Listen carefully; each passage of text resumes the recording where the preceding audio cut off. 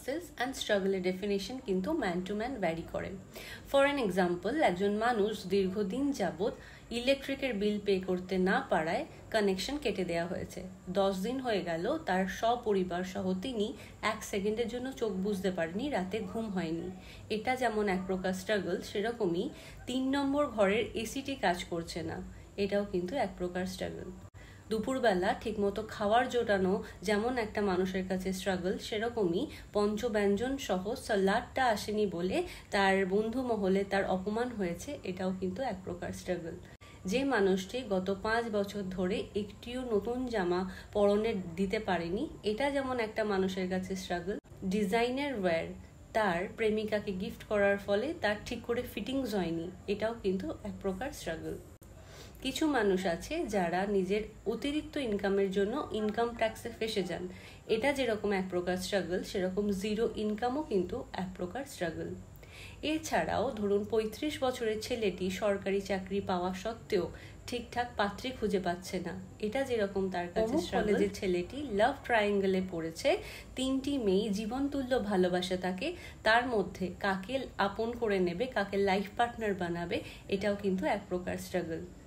এবারে বাবা 50,000 টাকা পকেট মানি দিতে পারেনি, দিয়েছে মাত্র 35,000, এটা যেরকম একটা মানুষের কাছে স্ট্রাগল, এরকমই টিউশনের মাইনে কেটে নিজের পকেট মানি সেভ করা হয়নি, বাবার কাছে প্রেমিকাকে একটা চকলেট কিনে দেওয়ার জন্য টাকা চাইবো, এই মানসিক দ্বন্দ্বে পড়াটাও কিন্তু এক প্রকার স্ট্রাগল।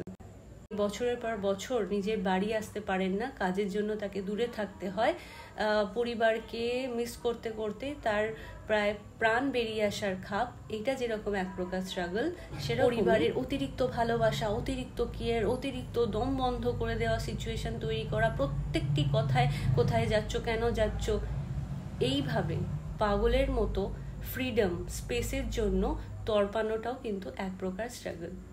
সেই ছেলেটি যে গত 12 বছরের রিলেশন ভেঙে যাওয়ার পরে সম্পূর্ণ একা একটি সঙ্গ পাওয়ার জন্য পাগলের মতো হাউতাশ করে বসে আছে, এটি যেরকম এক প্রকার স্ট্রাগল, সেরকমই ওই ছেলেটি যে পাগলের মতো অন্যান্য জায়গায় নিজের মেন্টাল পিস, নিজের শান্তি খোঁজার জন্য তার সব থেকে প্রিয় প্রেমিকাকে ধোকা দিয়ে অন্য মেয়ের কাছে চলে গেছে, এখন তার একুলো নেই ওকুলো নেই, এটাও কিন্তু এক প্রকার স্ট্রাগল।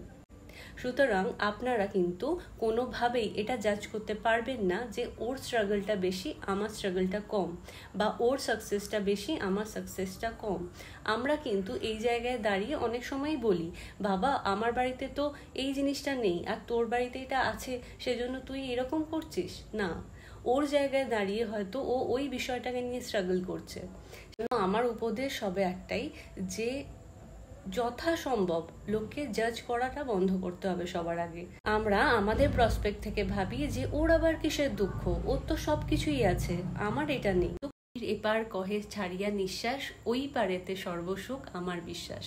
আমরা অলওয়েজ এটা মনে করি যে আমরাই সব থেকে দুঃখে কষ্টে রয়েছি, বাকি সবাই খুব ভালোভাবে রয়েছে, ওর লাইফে তো কোনো স্ট্রাগলই নেই, ও তো খুব ভালো আছে, ওর মা বাবা, ওর দিদি দাদা, ওর বর, ওর বউ এমনভাবে তাকে সব দিক থেকে আগলে রেখেছে যে ওর লাইফ তো খুবই ইজি, কিন্তু কারোর লাইফ ইজি হয় না।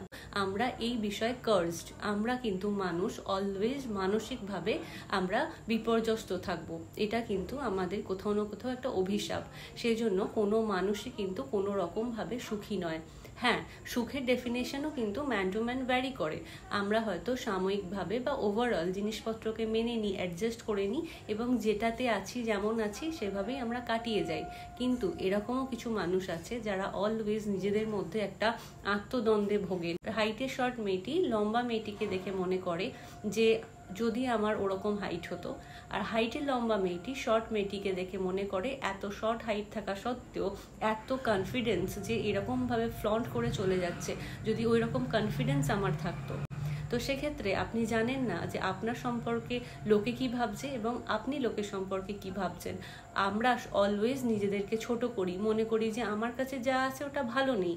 সেটা applicable for everything in life, সেটা পার্টনার বলুন, সেটা নিজের ঘর বাড়ি জব এভরিথিং। আমরা অলওয়েজ কিন্তু নিজেদের মধ্যে একটা কম্প্যারিজন কাজ করাই যে আমি ভালো নেই, ও ভালো আছে। আর যারা খুব ভালো পজিশনে আছে তাদেরকে দেখে আমরা জেলাস ফিল করি, আমরা মনে করি বাবা কত কি সে পেয়ে গেল, কিন্তু তার পিছনে তার স্ট্রাগলটাকে আমরা কেউ দেখি না।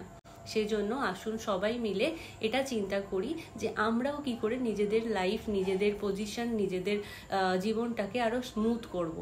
আর লোকে কি করছে, লোকে কি পেয়েছে, লোকে কি পজিশনে আছে, সেগুলোকে নিয়ে না আমরা কোনো জাজ করব, না আমরা সেগুলোকে নিয়ে জেলাস ফিল করব, বরং সেখান থেকে শিক্ষা নিয়ে, ইন্সপিরেশন নিয়ে আরো জীবনে এগিয়ে যাব।